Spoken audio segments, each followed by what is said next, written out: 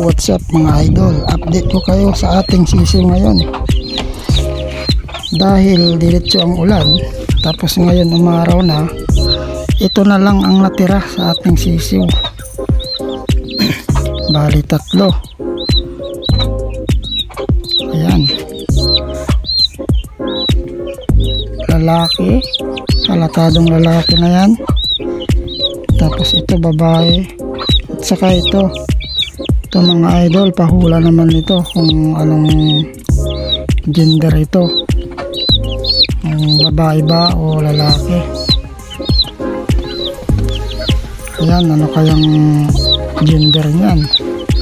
Ito po yung anak ng ating sweater kelso na ating bagong inahin dito sa ating manukan guys. So 3 na lang ang naiwan, bali 4 to sila. So alam nyo na kung anong nangyari. Itong isa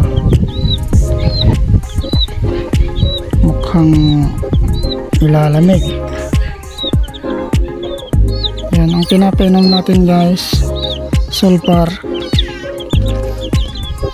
para sa pabago-bagong panahon. So ayan lamang, dito na lamang mga idol ang ating update dito sa ating sisiw na sweater kelso cross sa bulik.